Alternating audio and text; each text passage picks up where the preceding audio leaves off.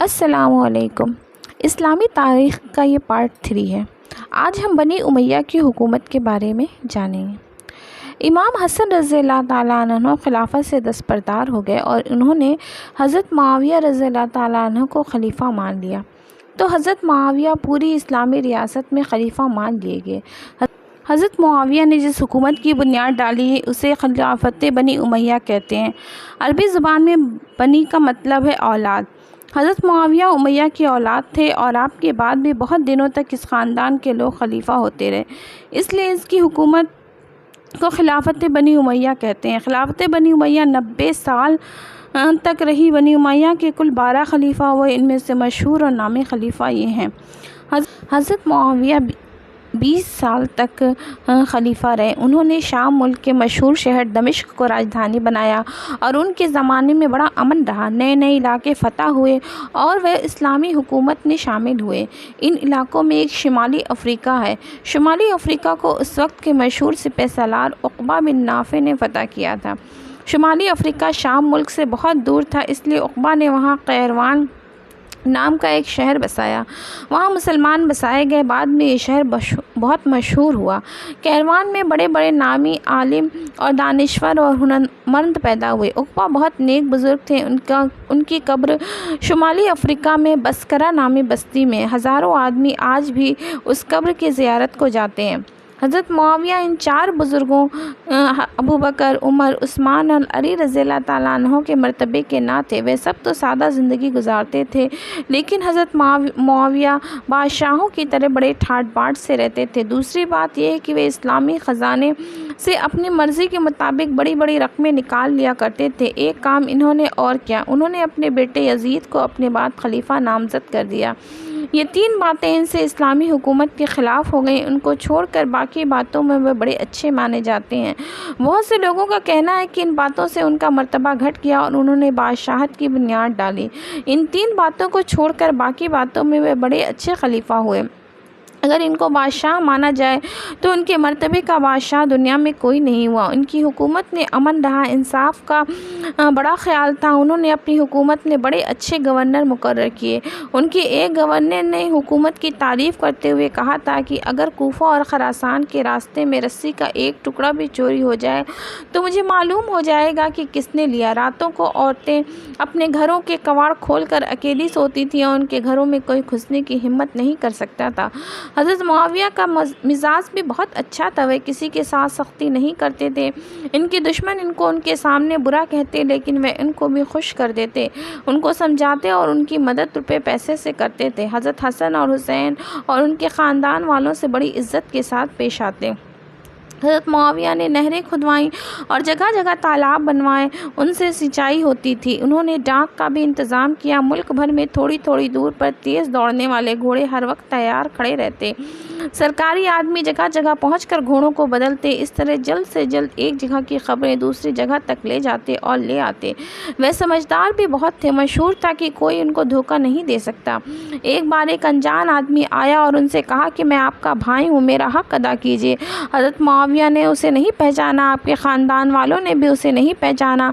तो उससे पूछा गया कि तुम मेरे भाई किस तरह हुए? उसने कहा, मैं हज़रत आदम और हवा की औलाद हूँ और आप भी इस तरह आप मेरे भाई हुए। हज़रत मुआविया रज़ियल्लाहु अन्हु समझ गए कि इस चालाकी से वह ज़्यादा से ज़्यादा रकम हासिल करना चाहता है, मगर साथ ही साथ इसकी चालाकी खाक में मिलाने की तरकीब सोच ली। हुक्म दिया कि मेरे इस भाई को 1 दिरहम यानी 4 आने देकर रुखसत कर दिया जाए। उस आदमी ने कहा, आपके यहाँ से एक भाई को इतनी ही हिस्सा मिलेगा? आपने जवाब दिया, भाई ये भी बहुत है, चुपके से लेकर चले जाओ। अगर तुम्हारे जैसे मेरे सभी भाइयों यानी आदम और हवा की औलाद ने मांग शुरू कर दी तो तुम्हारे हिस्से में 1 दिरहम भी नहीं आएगा। वह शख्स चला गया और कहता भी जाता था कि सचमुच मुआविया को कोई धोखा नहीं दे सकता। यज़ीद और दूसरे खलीफा। हज़रत मुआविया रज़ियल्लाहु ताला अन्हु ने अपने बाद अपने बेटे यज़ीद को खलीफा नामज़द कर दिया था। ऐसा अब तक नहीं हुआ था। खिलाफत राशिदा में किसी ने ये हिम्मत नहीं की थी। हज़रत मुआविया ने ये किया तो बहुत से लोगों को ये बात पसंद नहीं आई। उस वक्त तो सब चुप रहे, लेकिन जब 60 हिजरी में हज़रत मुआविया रज़ियल्लाहु ताला अन्हु का इंतकाल हो गया और यज़ीद खलीफा हुआ तो मुसलमानों के समझदार लोग समझ गए कि इस्लामी हुकूमत को अपने घर की चीज़ बना दिया गया। कि बेटा बाप की जगह ले, ऐसे लोगों ने यजीद को खलीफा मानने से इनकार कर दिया। इसमें दो बड़े बुज़ुर्गों का नाम बहुत मशहूर है, एक तो हज़रत हुसैन रज़ी अल्लाह ताला अन्हु और दूसरे हज़रत अबू अब्दुल्लाह बिन ज़ुबैर रज़ी अल्लाह ताला अन्हु। हज़रत हुसैन रज़ी अल्लाह अन्हु प्यारे नबी सल्लल्लाहु अलैहि वसल्लम के नवासे थे। हज़रत अली रज़ी अल्लाह ताला अन्हु के बेटे थे और बड़े मर्तबे के मुसलमान थे। उन्होंने यजीद को खलीफा ना माना तो यजीद ने इनको करबला के मैदान में भारी फ़ौज भेज कर घेर लिया और वहाँ उनका कत्ल हो गया। इससे यजीद की बड़ी बदनामी हुई। आज तक मुसलमान यजीद की इस हरकत से नफ़रत करते हैं। अब रहे हज़रत अब्दुल्लाह बिन ज़ुबैर, वे भी बड़े मर्तबे के सहाबी थे। वे हज़रत अबू बकर रज़ियल्लाहु ताला अन्हु के नवासे थे और बड़े बुज़ुर्ग और बहादुर थे। उन्होंने मक्के में अपनी हुकूमत बना ली। यजीद से छिन गई, लड़ाई शुरू हो गई। इन्हीं दिनों यजीद मर गया तो फिर बनी उमैया में से एक बूढ़ा शख्स मरवान खलीफा बन बैठा। उससे भी लड़ाई होती रही। मरवान के बनने के बाद उसका बेटा अब्दुल मलिक खलीफा बना। उसके ज़माने में बड़ी घमासान की लड़ाई हुई और उसमें हज़रत अब्दुल्लाह बिन ज़ुबैर रज़ियल्लाहु ताला अन्हु शहीद हो गए और फिर अब्दुल मलिक की हुकूमत पूरे इस्लामी मुल्क में हो गई। अब्दुल मलिक 65 हिजरी से 85 हिजरी यानी 21 साल तक खलीफा रहा। उसके ज़माने में फिर से अमन कायम हुआ, लेकिन ये अमन हज़रत मुआविया के ज़माने की तरह मोहब्बत की वजह से नहीं था बल्कि डर की वजह से था। अब्दुल मलिक ने अपने ज़माने में सारी इस्लामी रियासत के दफ्तरों की ज़ुबान अरबी में करा दी और उसने सिक्के ढालने की टकसाल कायम की। वहाँ लाखों के सिक्के हर रोज़ डाले जाते। उसकी हुकूमत शुमाली अफ्रीका से लेकर ईरान तक फैल गई। 86 हिजरी में अब्दुल मलिक मर गया तो उसका बेटा वलीद खलीफा हुआ। वलीद बहुत मशहूर और खुशकिस्मत खलीफा हुआ। उसके ज़माने में बड़े बड़े मुल्क फतह हुए। ईरान से आगे बढ़कर वलीद के एक सिपह सालार कुतैबा ने चीन पर हमला किया और चीन के बादशाह ने जज़िया देकर सुलह कर ली। वलीद के दूसरे नौजवान सिपह सालार मोहम्मद बिन कासिम ने हिंदुस्तान पर हमला करके सिंध और आगे तक कब्ज़ा कर लिया और इस रास्ते को पुरअमन कर दिया जो अरब से सिंध होकर कश्तियों के ज़रिए लंका तक जाता था। सिंध का राजा दाहिल लंका से आने वाले मुसलमान हाजियों को लूट लिया करता था। एक बार उसने कुछ औरतों को गिरफ़्तार कर लिया। ये ख़बर वलीद के मशरक़ी गवर्नर जनरल हज्जाज को हुई तो उसने वलीद से इजाज़त लेकर सिंध पर हमला कर दिया।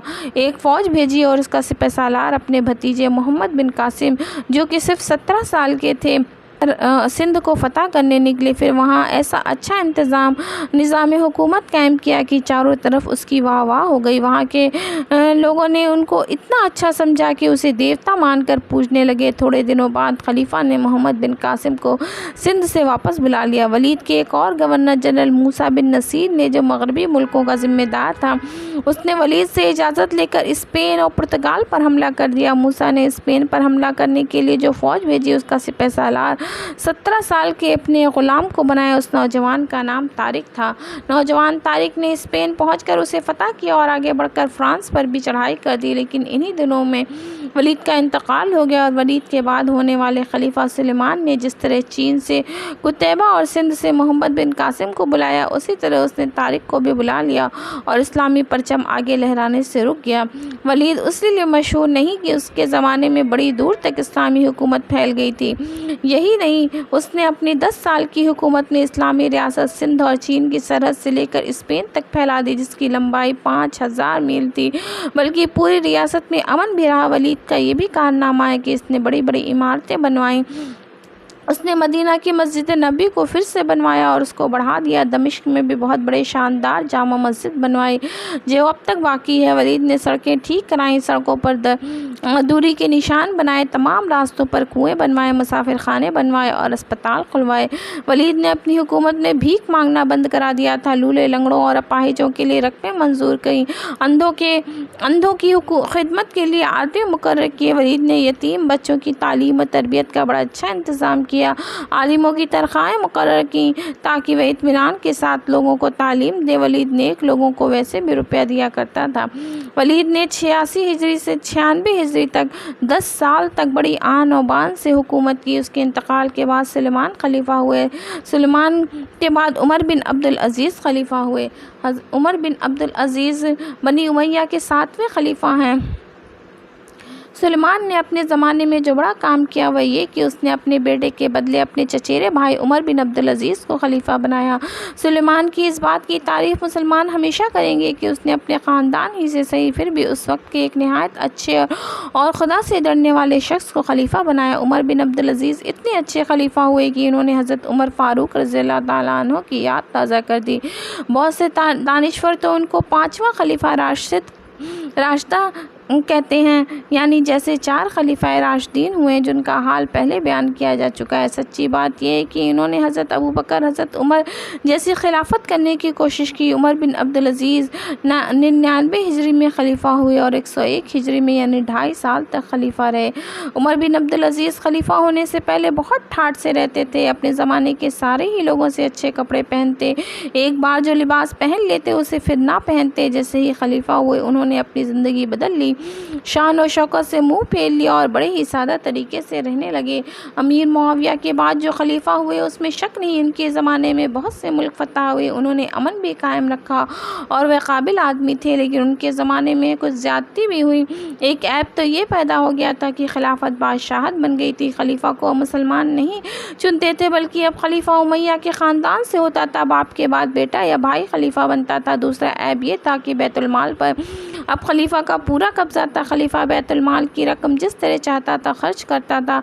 इस्लामी ख़जाने से ज़्यादातर उमैया ख़ानदान के ही लोग फ़ायदा उठाते थे। खलीफा बादशाहों की तरह बड़े ठाठ महलों में रहता था। बहुत से लोगों की ज़मीनों और जायदादों पर उमैया ख़ानदान के लोगों ने ज़बरदस्ती कब्ज़ा कर रखा था। उमर बिन अब्दुल अज़ीज़ को खलीफा बनाया गया तो सबसे पहले उन्होंने यह एतराज़ किया कि मुझे गलत तरीके से खलीफा बनाया गया, इसलिए मैं इससे इस्तीफ़ा देता हूँ। अब मुसलमान जिसे चाहे खलीफा बना ले। इस इस्तीफ़े से बनी उमैया में हलचल मच गई, लेकिन मुसलमानों ने खुशी ज़ाहिर की। फिर जब खलीफा चुना गया तो मुसलमानों ने उमर बिन अब्दुल अज़ीज़ को ही खलीफा चुना और उनको खुदा का खौफ दिलाकर मजबूर किया कि वे खिलाफत का बोझ संभालें। खलीफा होकर सबसे पहला काम उन्होंने ये किया कि जिस ज़मीनों और जायदाद पर बनी उमैया के लोगों ने कब्ज़ा कर रखा था वे उनसे लेकर उनकी जायदाद हकदारों को दिलाई। बनी उमैया इस बात पर चीख पड़े, लेकिन उमर बिन अब्दुल अज़ीज़ ने ख़ानदान वालों की परवाह न की, उल्टे उन्हें खुदा के खौफ से डराया। दूसरा काम ये किया कि बैतुल माल से उनके ख़ानदान वालों को जो बड़ी लंबी चौड़ी रकमें मिलती थी उनको ख़त्म कर दिया। वही रुपया गरीबों पर ख़र्च होने लगा। अपने ठाट बाट भी खलीफा होते ही ख़त्म कर लिए। सारे शाही सामान को बैतुल माल भिजवा दिया और अपने खच्चर को सवारी के लिए मंगवाया। जगह जगह कुरान और हदीस के लिए दरसगाहें कायम की, जहाँ अच्छे आलिम कुरान और हदीस का दर्स देते और मुसलमानों को इस्लामी ढंग पर रहने की नसीहत करते। उससे मुसलमानों में इल्म का शऊर पैदा हुआ और वे सच्चे मुसलमान बनने की कोशिश करने लगे। एक काम ये भी किया कि इस्लामी फ़ौज जो आगे बढ़ रही थी उसको रोक दिया। हुक्म दिया कि जो मुल्क फतह हो चुके हैं उनका बंदोबस्त इस्लामी तरीके से किया जाए, इसके बाद आगे कदम बढ़ाना चाहिए। इस हुक्म से इस्लामी फ़ौज के सिपाहियों को सुस्ताने और अपने घर आने का मौका मिला। दूसरे मुल्कों के बादशाहों की राय उनके बारे में अच्छी बनी और उन्होंने शरारतें करनी छोड़ दी। एक बादशाहों ने ये समझा कि खलीफा डरपोक है, उन्होंने बगावत की बात सोची तो उन्हें सज़ा दी गई। इस तरह पूरी इस्लामी मुल्क और उसकी सरहदों पर ऐसा अमन कायम हुआ जो कभी कायम ना हो सका था। ये करके उमर बिन अब्दुल अज़ीज़ ने दूसरे मुल्कों के बादशाहों और राजाओं को इस्लाम की तरफ बुलाया। उनको ऐसे ख़त लिखे जिसमें इस्लामी तालीम के बारे में सारी बातें थी। इस तरह बहुत से बादशाह और राजा उनकी राया मुसलमान हो गई। उमर बिन अब्दुल अज़ीज़ ने इस्लामी आलिमों को इस बात पर आमादा किया कि कुरान और हदीस की ज़रूरी बातें आसान तरीके से मुकामी ज़ुबान में लिखें और फैलाएं ताकि मुसलमान ज़्यादा से ज़्यादा दीन के करीब आ सकें। उसका फल ये मिला कि मुसलमान आलिमों ने इस्लामी किताबें लिखना शुरू कर दी। ये हज़रत उमर बिन अब्दुल अज़ीज़ की कोशिशों का फल है कि आगे चलकर मुसलमानों के बड़े इमाम और मुहद्दिस पैदा हुए। आपने रास्तों पर सराय बनवाए, उसमें मुसाफिर 1 दिन और बीमार 2 दिन किसी मुआवजे के बगैर रहता था। इस्लामी हुकूमत में जितने अपाहिज और काम करने से मजबूर लोग थे उनके नाम रजिस्टर पर लिखे, उनका रोज़ीना मुकर्रर किया। दूध पीते बच्चों के वजीफ़े मुकर्रर किए। जो गरीब लोग कर्ज अदा नहीं कर सकते थे उनके कर्ज को अदा करने का बंदोबस्त किया। इसी तरह उन्होंने इस्लामी हुकूमत को चलाया। खुद अपने ऊपर क्या पाबंदियाँ लगाईं ये भी सुनिए। सारे शान और शौकत दे देने के बाद उमर बिन अब्दुल अजीज़ मामूली तनख्वाह लेने लगे तो वह ख़ुद भी गरीब हो गए। एक ईद में इनके बच्चों के पास नए कपड़े नहीं थे तो लोगों ने सलाह दी कि बैतुल माल से कर्ज़ ले लीजिए। जवाब दिया कि तुम ये जिम्मेदारी ले लो कि मैं कर्ज़ अदा करने तक ज़िंदा भी रहूँगा। ये जवाब सुनकर लोग चुप रह गए और मुसलमानों के इस सबसे बड़े आदमी के घर इस तरह ईद मनाई गई कि बहुत से लोग रो पड़े। एक बार बैतुल माल में किसी मुल्क से सेब आ गए। आप हकदारों को बांट रहे थे, इतने में आपका एक छोटा बेटा खेलता हुआ आया और उसने एक सेब उठा लिया। अभी इसने सेब मुंह से काटा है ना ही चाहता कि उमर बिन अब्दुल अजीज़ ने देख लिया, झट बढ़े और इसके मुंह से लगा हुआ सेब छीन कर ढेर में डाल दिया। बेटा रोता हुआ घर गया। जब आप सेब बांट कर घर वापस गए तो देखा बेटा सेब खा रहा। बीवी से पूछा ये सेब कहाँ से आ गया। बीवी ने जब बच्चे के रोने की वजह बताकर कहा कि बाजार से मंगवा के दिया है। ये सुनकर फरमाया तुम बड़ी अच्छी माँ और बेहतरीन बीवी हो। फिर फरमाया खुदा की कसम जिस वक्त मैंने बेटे के मुंह से सेब छीना था उस वक्त ऐसा लगा जैसे मैंने अपने दिल को छीना था, लेकिन मैं मुसलमानों के माल में खयानत नहीं कर सकता था। उमर बिन अब्दुल अजीज़ की बीवी उनकी चचेरी बहन थी, यानी खलीफा अब्दुल मलिक की बेटी। अब्दुल मलिक ने बेटी को एक कीमती मोती दिया था, वह अभी तक उनके पास था। एक दिन मोती किसी मौके पर उन्होंने बालों में पिरो लिया। हज़रत उमर बिन अब्दुल अजीज़ ने देख लिया। फरमाया फ़ातिमा ये मोती अब्दुल मलिक ने तुमको बैतुल माल से दिया था, अब तुम इस मोती और मुझ में से एक को चुन लो, एक की मौजूदगी में दूसरे को छोड़ना ही पड़ेगा। फ़ातिमा ने मोती बैतुल माल भिजवा दिया और शौहर का साथ ना छोड़ा। एक बार एक देहाती बद्दू बुढ़िया दारुल सल्तनत में आई। लोगों से पूछा खलीफा किस महल में रहता है। लोगों ने इसकी हंसी उड़ाई और बताया कि खलीफा उस झोपड़ी में रहता है। बुढ़िया को तअज्जुब हुआ। फिर जब हर शख्स ने यही बताया तो वह आपके घर गई। घर में एक नहायत हसीना जवान औरत को आटा गूंथते देखा। उससे पूछा कि क्या खलीफा इसी घर में रहता है। हाँ कहते हुए खूबसूरत औरत बुढ़िया के पास आई। सलाम के बाद उसे एक चटाई पर बिठाया। पूछा अम्मा तुम कैसे आई। बुढ़िया बोली मैं तो बहुत कुछ लेने खलीफा के घर आई थी, इस उजड़े घर में क्या है जो मुझे मिलेगा। उस खूबसूरत औरत ने जवाब दिया तुम नाउम्मीद ना हो, बैठो खलीफा आते ही होंगे और खुदा ने चाहा तो तुम्हारी जायज़ मांग तुमको मिलेगी। ये कहकर उससे इधर उधर की बातें करने लगी। इतने में बुढ़िया ने देखा कि एक 37 साल का नौजवान कांधे पर पानी की मुश्क लादे आ रहा है। दरवाजे पर खंगारा और अंदर आकर उसने खूबसूरत औरत को देखा और मुस्कुराता हुआ बावर्ची खाने की तरफ चला गया। वे पानी मटके में डालता जा रहा था और घर की इस औरत को देखता जाता था। यह हरकत बुढ़िया को बहुत बुरी लगी। उसने उस औरत से कहा बेटी ये बेहश्ती बहुत ख़राब आदमी मालूम होता है, तुम मुँह फेर कर बैठो और ला तुम मेरी लाठी में ज़रा इस नालायक के मिजाज ठीक कर दूँ। ये सुनकर घरवाली ने बताया यही खलीफा है जिनके पास तुम किसी काम से आई हो। बुढ़िया सुनकर कांपने लगी। इतने में खलीफा पानी मटकों में डाल कर आ गए।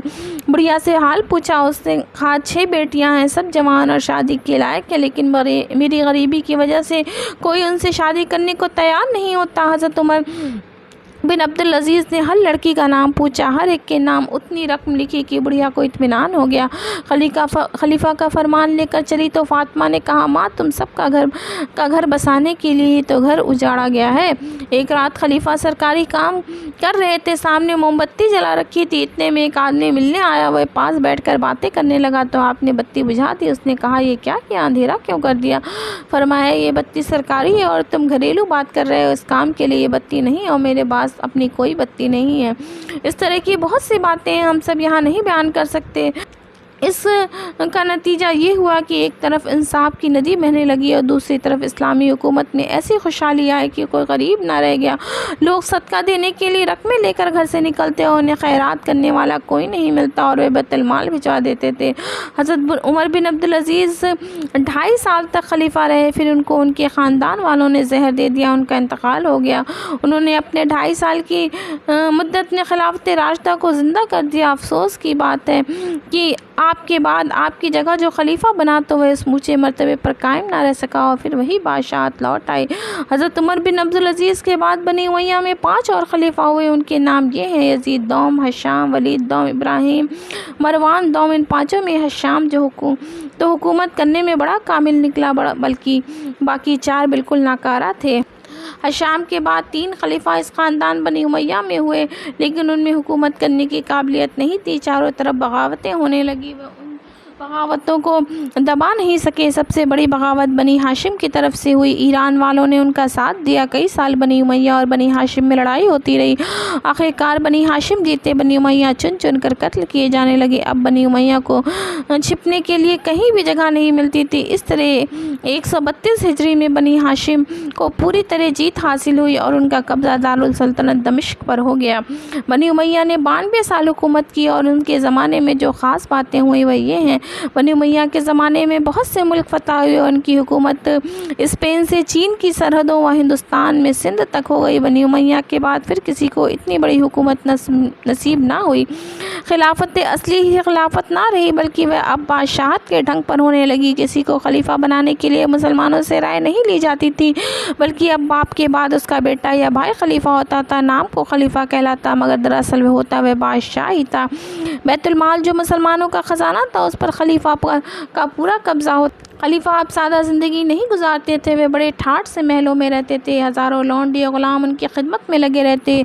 उन सब बातों के साथ रियाया की हिफाजत पूरी तरह करते। पूरी हुकूमत में अमन कायम था। रियाया के आराम के लिए नहरें, सराय और कुएँ बनवाए गए। अपाहिजों के लिए वजीफ़े मुकर्रर किए गए। आलिमों और दानिशवरों की इज़्ज़त की जाती थी। खलीफा बादशाह तो बन गए थे लेकिन इनकी हुकूमत में कानून इस्लामी ही चलता था। अदालतों में काजी इस कानून के मुताबिक फ़ैसला करते और ऐसा भी होता कि खलीफा को भी अदालत में हाजिर होना पड़ता। अवाम इस्लामी हुकूमत का एहतराम करती इसलिए अवाम में बुराइयां कम से कम थी। शराब, जुआ, नाच, रंग बेहयाई के कामों से अवाम बची हुई थी। रियासत में अमन होने की वजह से तिजारत की बड़ी तरक्की होती। राया खुशहाल थी। कभी खैरात और सदका लेने वाले गरीब ना मिलते थे। इस्लाम की अशात हुई रियासत में मुसलमानों की आबादी ज़्यादा थी।